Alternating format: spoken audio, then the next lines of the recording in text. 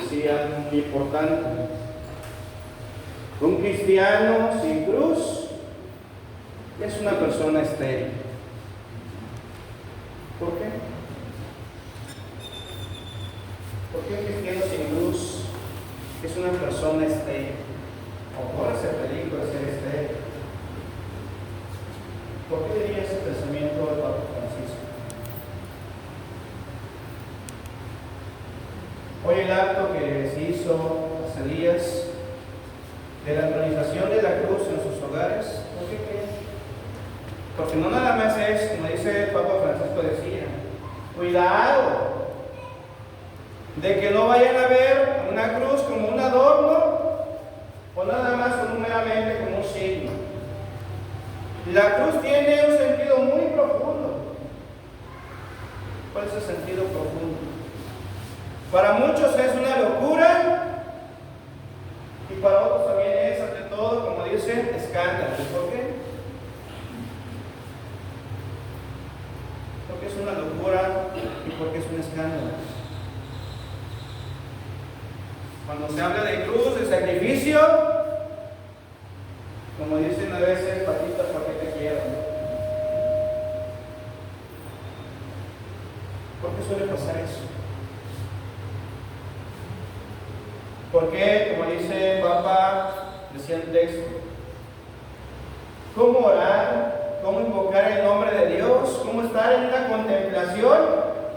Así como Juan, el evangelista, que dice, estuvo al pie de la cruz del Señor, contempló y decía la palabra, contempló, dio testimonio a los demás, vio y dio testimonio. ¿De qué forma tiene que dar testimonio la comunidad de Unión Morales? Porque no todo es el alma, ¿no? Yo les pregunto, su fiesta, de toda su fiesta, ¿cuál es lo que a veces da más relevancia? Por sinceridad. ¿Quién tiene mayor auge? Por sinceridad.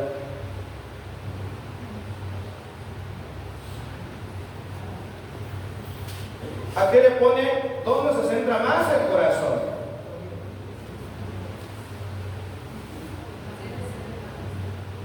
Sí, pero ahorita, en estos tiempos, ¿en dónde se centra más el corazón del hombre?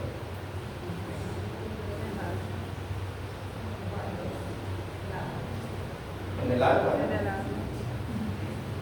Viene la fiesta de la Santa Cruz, la fama se extendió, ¿pero por qué? Porque la pachanga. Tomamos, bebamos, disfrutamos, demos la buena vida. Y son las cosas que el Papa Francisco decía continuamente en vida. Cuidado, porque eso tarde o temprano los puede llevar a una vida estéril, caduca. Y por eso a veces vienen los ramadazos, Y por eso a veces vienen, como dicen, las pruebas, donde si no estás bien afianzado con el Señor, ¿qué suele pasar? Flaqueas, huyes. ¿Qué le dices? ¿Qué actitud toma Pedro? Sabiendo Jesús que los sumos sacerdotes, los escribas, fariseos, estaban planeando cómo confabularlo, cómo matarlo, Pedro le dice a Jesús, a ti no te pasará nada, Señor. La respuesta de Jesús fue, aléjate de mí, Satanás. Porque así como tú piensas, así como piensa el mundo, no son los pensamientos de Dios, ni son los caminos de Dios. ¿Cómo son los caminos de Dios? ¿Cómo son los pensamientos de Dios?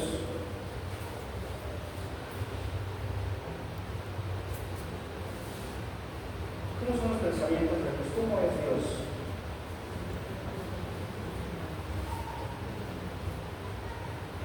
Por ejemplo, en su experiencia, ustedes ya, ¿cómo ven a Dios ustedes?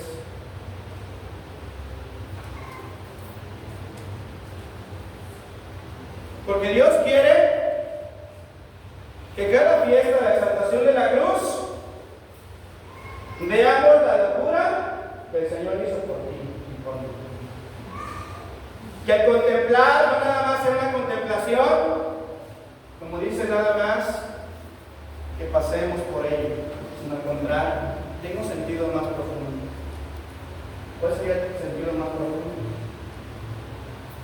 Se anonadó incluso una muerte y una muerte de cruz. ¿Para qué? ¿Entregó su vida con qué sentido?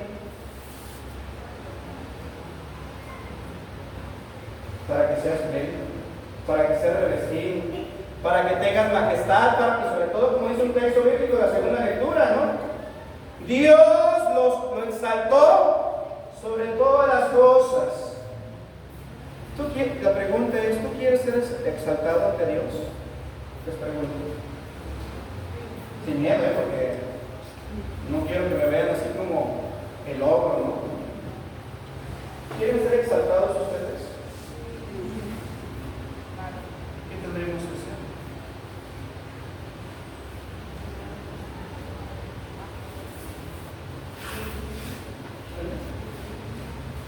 Unidos y otra cosa. A mí me gusta, les digo, bien bonito cuando tú vas en la parte del centro y cómo a veces en tiempos de espiritualidad, en procesiones, en rezos, no solamente va la mujer, sino también la presencia fuerte ¿de quién? Del hombre. A veces es lamentable, vemos que en ese tipo de fiestas patronales vemos a puras mujeres, uno que otro hombre. Y a veces uno les pregunta, ¿están ya viudas? Dicen, no, padre, no. Ni Dios lo quiera. Pero no se trata su Señor. ¿Qué tal si el Señor ya está con otra? ¿O está disfrutando? ¿Qué dijo el Señor? Ya no son dos, sino una sola carne. Y un matrimonio en la presencia de Dios se santifica, se purifica. Y un matrimonio que se santifica, se purifica, siempre tiene como exigencia el dar más, el comunicar vida, el comunicar esperanza. Siempre tiene el anhelo, el deseo de crecer, de figurar, pero sobre todo de ser testigo de luz. ¿Para quiénes? Para los que vienen atrás, para mis hijos. Y eso implica testimonio congruente. Un testimonio que indudablemente no es nada más decir, ay, hijo, ve y reza. No. El hijo tiene que ver a papá, mamá, postrados de rodillas, clamando bien a Dios. Y una comunidad que ora perseverante, constante ante Dios, es una comunidad que vamos a ir viendo cómo el favor de Dios se manifiesta, se extiende, se engrandece. ¿Por qué? Porque Dios, como dice en la palabra de Dios, Dios es grande con sus hijos y más aquellos que ponen el corazón con Él. Por eso el Papa Francisco decía, aprendamos a contemplar al Maestro. Si no aprendes a contemplar al Maestro, vamos a ir dándole prioridades ¿a qué? A las cosas terrenales. Recuerden que dice también un texto bíblico, aspire de las cosas del cielo, a las cosas trascendentales, a las cosas que no tienen que alucinar. ¿Por qué? Porque cuando proyectamos eso ante Dios, lo vamos a ir reflejando continuamente en dónde, en tu persona, en tu salud, en la unidad de tu familia, en la prosperidad, ¿no? En cómo tu mundo, a pesar de las dificultades, Dios está con nosotros, como dice el texto bíblico. Yo estaré siempre con ustedes hasta el final de los tiempos, ¿no? Por eso toda aquella persona que carga un dije de una cruz, no solamente tiene que cargarlo, sino también con el corazón. Por eso quien carga la cruz, decía Papa Francisco, también es tener en cuenta de vernos como hermanos, ¿no? De manifestar la caridad, el amor entre nosotros. Y como una familia unánime, como aquella familia en San Juan que describe, todo lo compartían, todo lo daban en el nombre del Señor. Por eso que tendríamos que ir purificando nosotros, ensangrarnos en esta comunidad, en los demás equipos.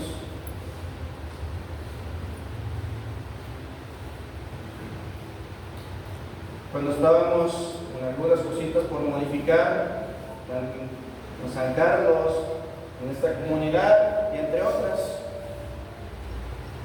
uno siempre se da cuenta porque percibe, escucha, ¿no? Uno como pastor, la intención es que la comunidad claramente tenga a Dios, porque cuando Dios está en una comunidad, va viendo cómo el Señor se extiende favorablemente. Pero decía la comunidad, ya vino ese padrecito, y ya nos vino a cambiar, nos quiere cambiar, ¿no? Ciertas tradiciones. No nos dejemos, ¿no? Y me recordaba cómo a veces el texto bíblico te remonta a los pasajes bíblicos. ¿Quién tenía temor por quitarles ese poder? Sabiendo que por los prodigios, hazañas que hacía Jesús, su fama se iba extendiendo. ¿Y quién tuvo miedo? Herodes y Pilato. ¿Por qué tenían miedo?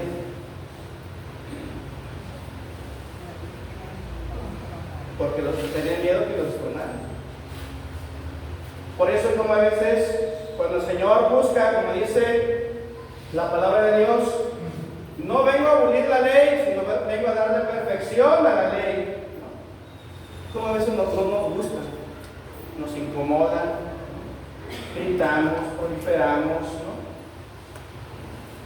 Pero el Señor siempre busca guiar la barca, conducir la barca, porque no se olvide que al final de cuentas, ¿quién es el buen pastor? El Señor. Y siempre va buscando que lo que tú vas haciendo lo hagas ante todo siempre en preferencia a Él. Por eso dice un mandamiento, ¿no? Un mandamiento que se introduce en dos cosas: amarás a Dios sobre todas las cosas, ¿y a tu qué? A tu prójimo como a ti mismo. Una comunidad cristiana crecerá así. Una comunidad cristiana que ama a Dios ¿verdaderamente dará fruto así? Les pregunto. Lo que nos falta, tal vez les digo a las comunidades, nos falta diálogo, nos falta cercanía. ¿Qué queremos proyectar para el próximo año?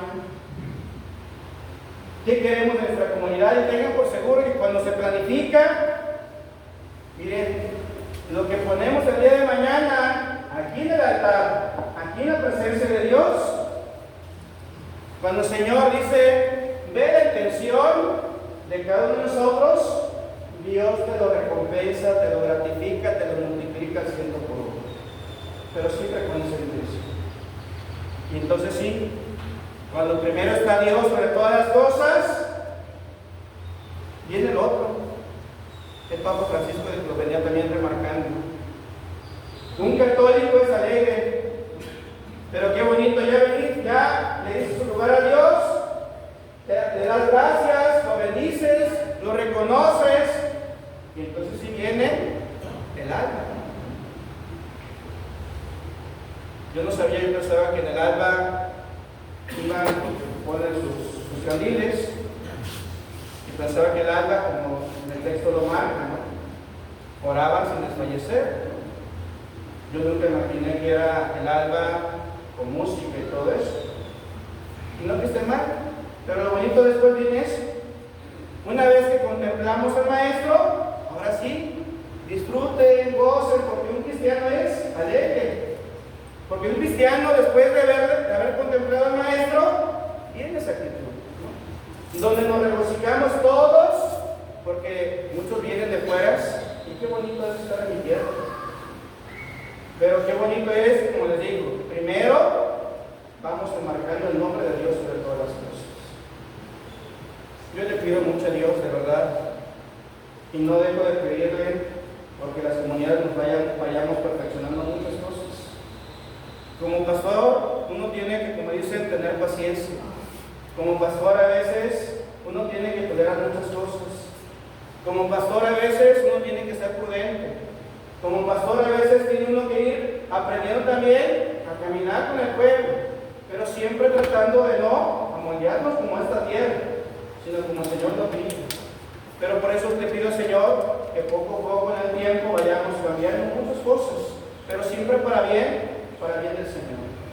Espero que el próximo año ustedes, a lo mejor no han vivido ustedes han tenido esa actividad de 1000 Jesuses. ¿Lo han escuchado? Esta devoción de los 1000 Jesuses se hace en especial en esta festividad de la Santa Cruz. ¿Cómo surgió? El emperador Constantino tenía un gran enemigo,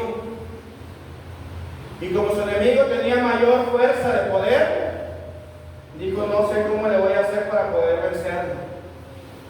Pero en eso dice cómo el Espíritu actúa, y pensó, dijo: invocaré el nombre de Dios, pondré una cruz de cada lado como signo de la cruz para poder vencer a mi adversario, pensando lo que hacía su madre, Santa Elena. Santa Elena se le reconoce porque es una mujer tan profunda en la fe, que inclusive dice, ella quiso contemplar el madero donde el maestro había muerto. ¿Y cómo reconocerlo? Porque había varias cruces. Llevó a un enfermo. Cuando llevó al enfermo y tocó cierta cruz, reconoció que ahí era donde el Señor había muerto. ¿Por qué? Porque el enfermo sanó. Por eso, su hijo Constantino tomó a partir de ese entonces como una cruz de salvación, y por eso hay comunidades que, por ejemplo, cuando tú entras, tiene marcado la cruz. Hoy iniciamos con una primera cruz, que es al inicio. Faltan 3 cruces. Los capitanes dicen, y fíjense que también ahí viene la lógica, ¿no? Los capitanes, ¿cuántas veces tienen que ser capitanes? ¿Por qué? ¿4? Entonces, el sentido es ese. Tú cuando te acercas a cada cruz, es la oración de los 1000 Jesuses, haces el Padre, el Hijo y el Espíritu Santo, acto de contrición, comienzas a hacer 50, vas de 50 en 50, haces una calculatoria hasta llegar a los 1000. Y después viene el credo, y después viene el Padre Nuestro, y se termina con la oración final. ¿Con qué finalidad? ¿Cuál será la finalidad que creen ustedes?